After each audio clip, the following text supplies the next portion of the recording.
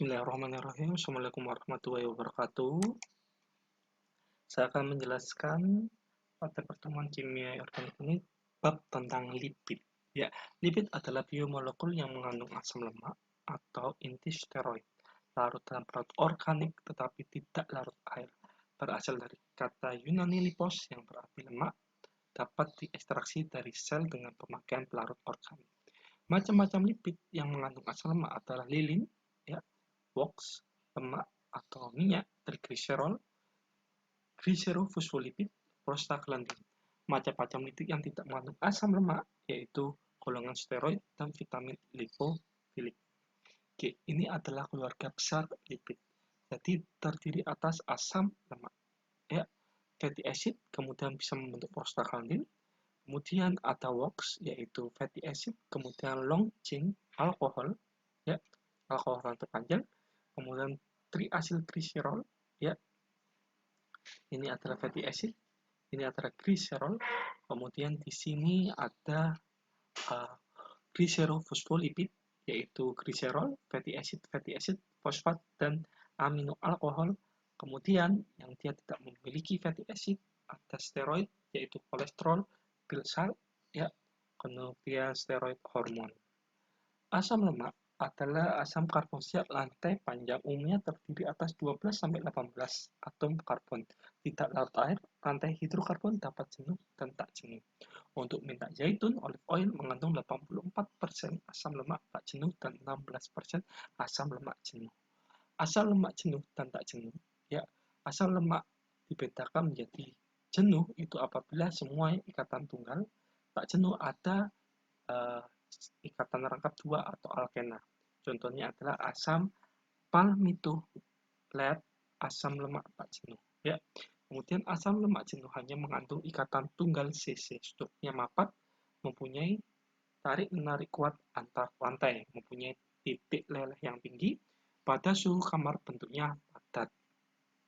Sedangkan sifat-sifat asam lemak tak jenuh yaitu mengandung satu atau lebih ikatan ganda yang berbentuk cis, terdapat bengkokan pada rantai asam lemak, jadi seperti ini ya bengkokannya.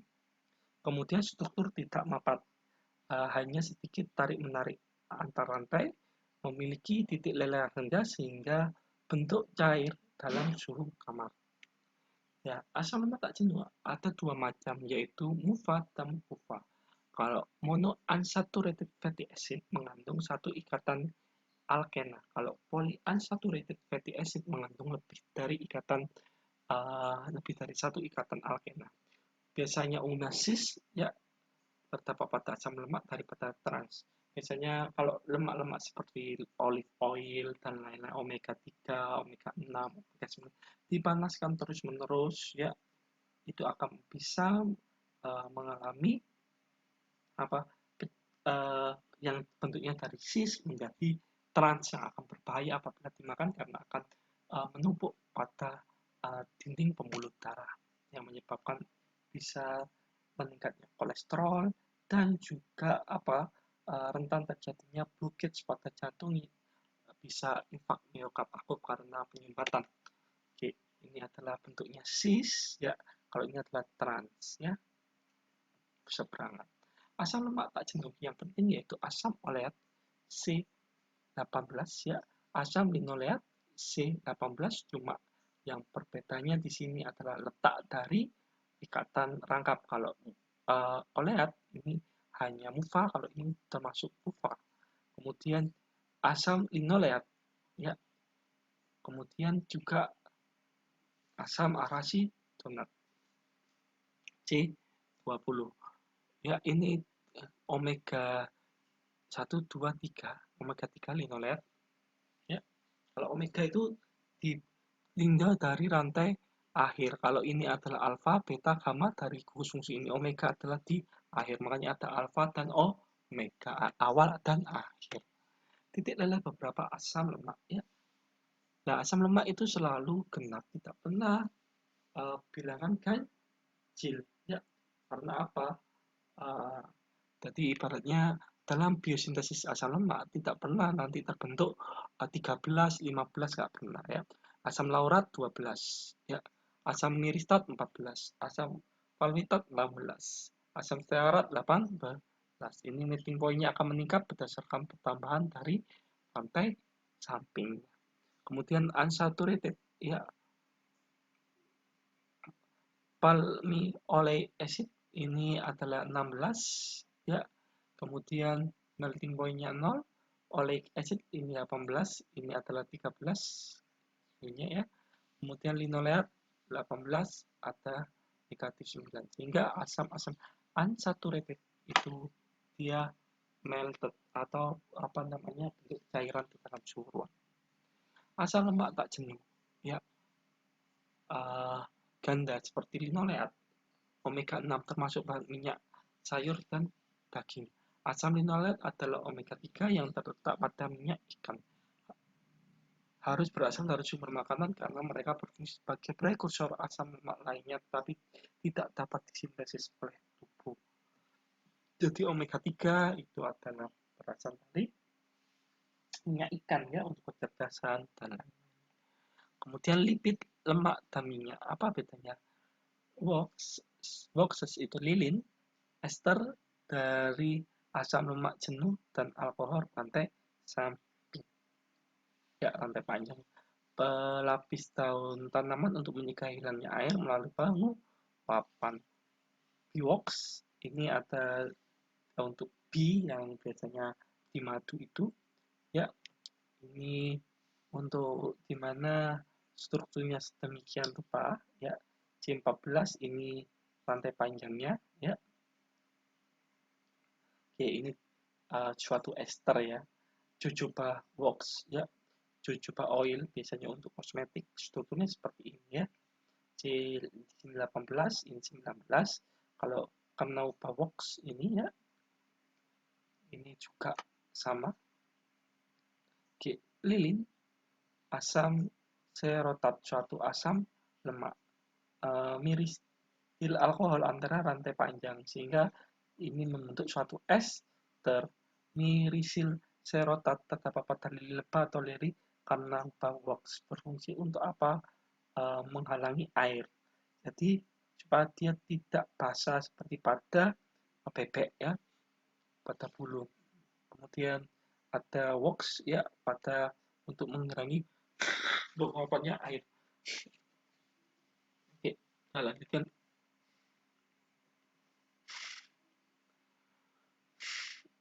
Minyak dan lemak trigliserol.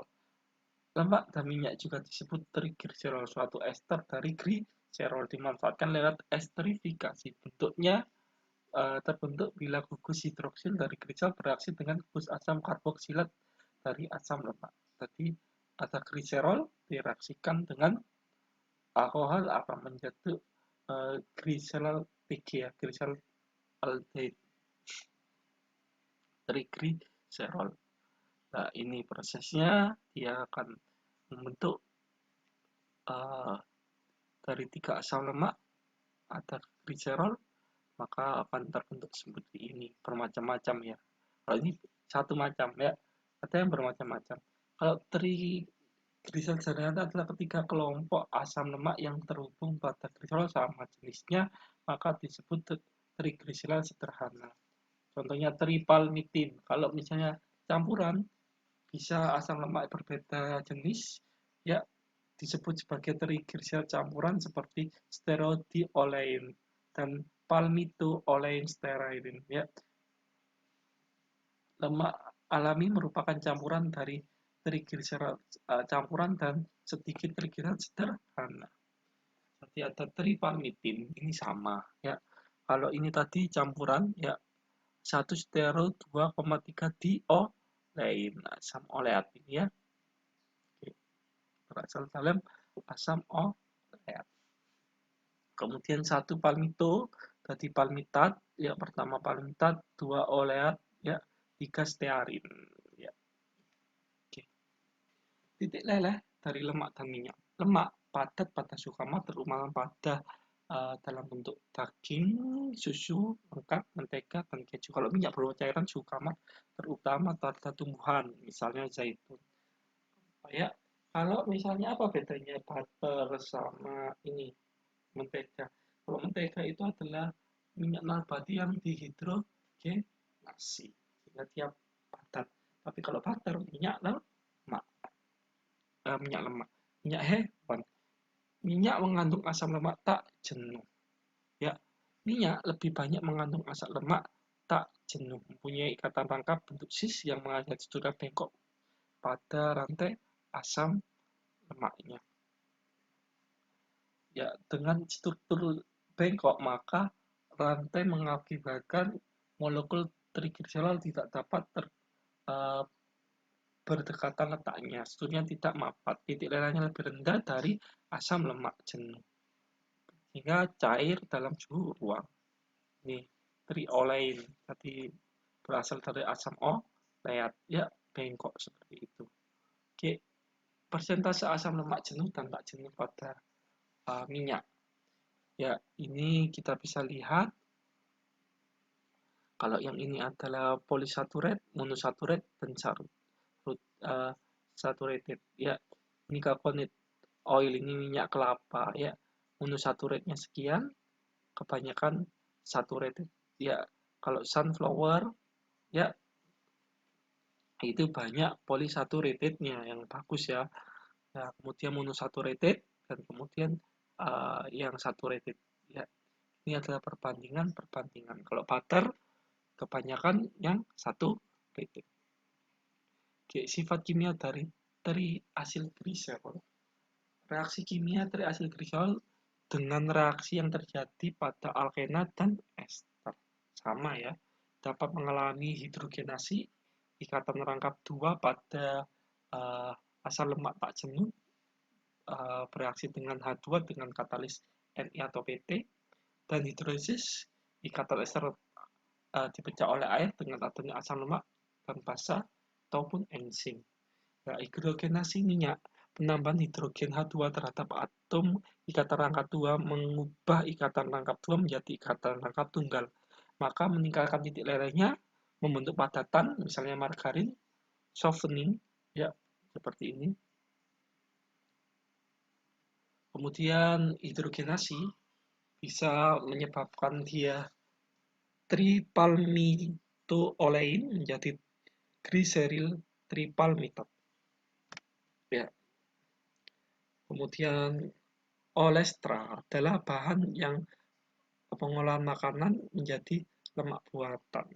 Sukrosa penghubung membentuk ikatan ester dengan beberapa asam lemak. Tidak diterima dalam sistem pencernaan manusia. Ya, ini pengganti lemak ya, seperti ini ada gula, kemudian ini asam lemak.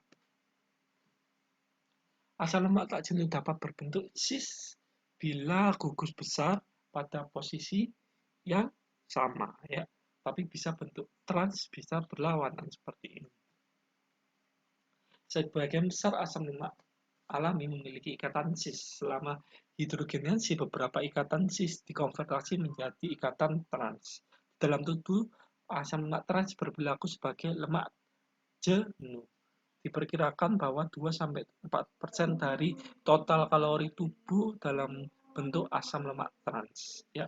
Beberapa penelitian melaporkan bahwasanya asam lemak trans meningkatkan kadar LDL dan menurunkan HDL, makanya disebut lemak jahat. Nah, kemudian hidrolisis lemak atau minyak. Ini triacylglycerol dipecah menjadi gliserol dan 3 asam lemak yang diperlukan dengan katalis asam ataupun enzim. Jadi bisa pecah menjadi asam lemak dan alkoholnya, gliserolnya. Saponifikasi adalah reaksi penyabunan, yaitu reaksi lemak dengan basa kuat akan memecah gliserol ya menjadi gliserol dan garam dari asam lemak. Dan proses ini adalah proses penyabunan garam dari sabun. Dengan KOH akan membentuk sabun lebih lunak. Oke. Jadi ini reaksi saponifikasi, penyabunan, maka dia akan menjadikan sabunnya. Nih, sabunnya. Jumlah KOH yang dibutuhkan untuk penyabunan itu adalah bilangan penyabunan. Seperti ini adalah MR-nya adalah 806, MR-nya ini adalah 56. Ini kan dibutuhkan 3 KOH. Maka bilangan penyabunan adalah 3 kali, yaitu ini ya, 56 gram KOH per mol lemaknya ya. Dan ini adalah lemaknya adalah 806 ya per mol lemaknya. Oke, itu adalah bilangan penyabunan jumlah miligram yang digunakan untuk menghidrolisis ya 1 mol lemak. Oke, jumlah iod bilangan iodium yaitu harus ditambahkan untuk mengadisi 100 gram minyak. Jadi 1 mol ya itu setara dengan 884 gram setara dengan 3 mol. Ya 3 kalikan ini ya, maka berapa bilangannya? 6 kalikan 126,3 kalikan 100 per 884 sama dengan 86. Nah, sabun alami natural soap ya dibuat secara perubusan trigliserid lemak hewan atau lemak nabati dengan NaOH dalam reaksi yang disebut saponifikasi. Ia akan membentuk suatu sabun. Keuntungan pembentukan sabun atau biodegradable yaitu mikroorganisme makan rantai lurus karbon dari sabun diubah menjadi CO2 dan H2O dan sabun tidak mencemari lingkungan. Kerugiannya adalah sabun membentuk garam yang tak larut, bisa dipakai air yang mengandung CaMgFe ion air cadar ya. Oke, ini jadi sabun ya dapat melarut di air. Sabun terdiri atas bagian hidrofobik dan ya hidrofobik sama bagian hidrofil. Jadi seperti ini adalah sabun, maka dia akan menarik kotoran seperti ini ya. Ini untuk kotorannya, ini hidrofilnya sehingga dapat membentuk misel. Oke. Kemudian deterjen adalah bahan pembersih sintetik sering disebut sintet. Bahan pembersih yang dikembangkan karena efektif baik terhadap air biasa maupun air sadah. Yang mula-mula dipakai adalah Na-raul sulfat. Mahal ya ini ya pertama kali. Jadi ini raul alkohol, kemudian akan terbentuk raul ester dari asam sulfat, kemudian direaksikan dengan natrium karbonat akan membentuk Na-lauril sulfat. Oke. Deterjen murah pertama kali dibuat pada 1990 yaitu golongan alkil benzena sulfat ABS dari minyak bumi yang tidak mahal. ABS efektif untuk segala jenis air tetapi mencemari lingkungan karena tidak dapat dimetabolisme oleh mikroorganisme. Disintesis jenis deterjen lain yang biodegradable ya, yaitu golongan linear alkyl sulfonat plus yang hanya punya satu cabang rantai alkilnya ini ya, seperti ini satu cabang aja. Kalau ini mencemari lingkungan. Soal latihan boleh dikerjakan boleh tidak ya. Oke. Nah sekarang adalah komponen lipid lainnya yaitu gliserofosfolipid, gliserol asam lemak dan fosfat. Gliserofosfolipid adalah kuman lemak utama penyusun membran sel, terdiri atas gliserol dan 2 mol asam lemak, fosfat dan amino alkohol. Ya, misalnya adalah gliserofosfolipid mempunyai 2 rantai asam lemak nonpolar dan 1 gugus fosfat dan gugus amino yang polar. Oke. Ya. Ini adalah polar, ini non polar. Lecitin cephalin ini adalah golongan gliserofosfolipid kadang berlimpah pada jaringan otak dan saraf dan juga terdapat pada kuning telur, biji gandum dan ragi. Ya, ini adalah kolin, ini adalah lecitin ya, lecitin, kolin, kemudian cephalin ya, etanoamin ya, etanoamin. Oke, saya rasa cukup keterangan dari saya. Semoga bermanfaat. Saya akhiri. Wassalamualaikum warahmatullahi wabarakatuh.